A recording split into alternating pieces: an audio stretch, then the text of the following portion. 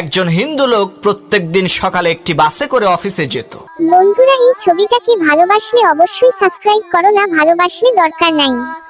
তার বাসা থেকে তার অফিসের বাস ভাড়া ছিল 20 টাকা।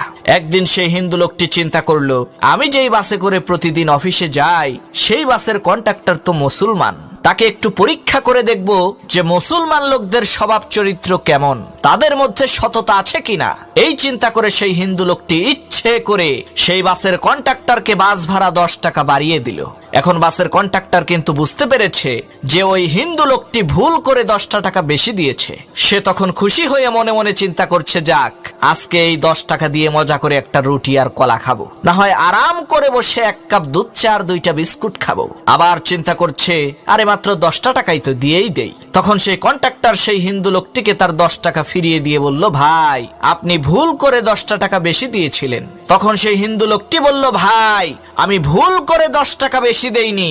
তোমরা মুসলমানেরা কেমন, তোমাদের মধ্যে সততা আছে নাকি সেটা পরীক্ষা করার জন্যই আমি ইচ্ছা করে তোমাকে 10 টাকা বেশি দিয়েছিলাম, কিন্তু এখন আমি বুঝতে পারলাম তোমাদের মুসলমানদের মধ্যে সততা আছে। তখন সেই বাসের কন্ডাক্টর মনে মনে বলল, আল্লাহ, তুমি আমারে বাঁচাইয়া দিছো।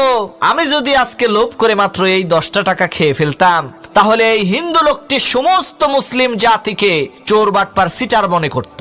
আল্লাহ, তুমি আমার সম্মান রক্ষা করছো।